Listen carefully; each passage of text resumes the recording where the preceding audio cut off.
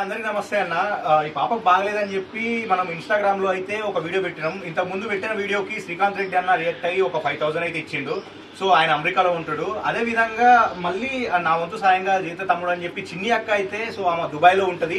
దుబాయ్లో నుంచి మనకు మెసేజ్ చేసింది. దుబాయ్ నుంచి మెసేజ్ చేసి ఆ పాపకి ఏదైనా ట్యాబ్లెట్లకు కానీ ఇంకేదైనా అవసరం ఉంటే ఇచ్చే తమ్ముడు అని చెప్పి ఒక 5,000 రూపాయలు అయితే అక్క వీళ్ళకి ఇవ్వమని చెప్పింది. సో ఆ అక్క ఇవ్వమన్నట్టే సో 5,000 అయితే వాళ్ళ మమ్మీకి ఇస్తానా. సో పరిస్థితి ఎట్లున్నదంటే చాలా ఘోరంగా అంటే ఘోరంగా ఉన్నది. వీడియోని లైక్ చేయండి, షేర్ చేయండి. మీరు షేర్ చేయడం, లైక్ చేయడం, కామెంట్ చేయడం వల్ల ఏమవుతుంది అంటే ఈ వీడియో కొంచెం వైరల్ అయ్యి వేరే వాళ్ళకు కూడా చేరడం అవుతుంది. ఇట్లాంటి వాళ్ళు ఇంకా చాలా మంది ఉన్నారు. మీరు చేసే కామెంట్లు, మీరు చేసే వీడియోని కొంచెం వైరల్ చేస్తే ఏమవుతుంది అంటే వేరే వాళ్ళకి వెళ్తుంది. వాళ్ళు కూడా రియాక్ట్ అయ్యి మనకు అంతో ఇంతో సాయం చేస్తారు. ఆ సాయాన్ని ఇట్లాంటి వాళ్ళకు ఈమెకే కాకుండా ఇంకా ఇలాంటి వాళ్ళకి ఇంకో ఎంతో మందికి కూడా మనం సాయం చేస్తాం అన్నమాట. సో ప్రస్తుతానికి అయితే ఈ అమ్మాయికి అయితే మనమైతే సాయం చేసినాం.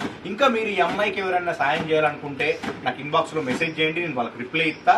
మీరు ఒకవేళ ఏమైనా సాయంగా నాకు ఏమైనా పంపిస్తే నేను వీళ్ళకి పంపిస్తా. లేకపోతే నేనే వెళ్ళాలంటే కంపల్సరీ ఇక్కడికి వచ్చి నేను వీళ్ళకి ఇస్తా. ఒకసారి ఈ అమ్మాయి పరిస్థితి చూడండి, ఒకసారి ఇక్కడ చూపి ఒకసారి.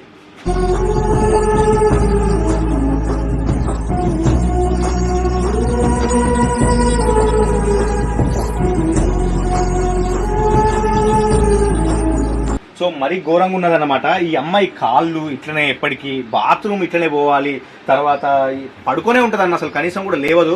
సో చాలా ఘోరంగా ఉంది పరిస్థితి. వాళ్ళ నాన్న వచ్చి మామూలుగా కూలి పనికి వెళ్తూ ఉంటాడు. వాళ్ళ అమ్మ ఇంతసేపు కూడా కూలికే పోయొచ్చింది. వాళ్ళ పరిస్థితి చాలా ఘోరంగా ఉన్నది.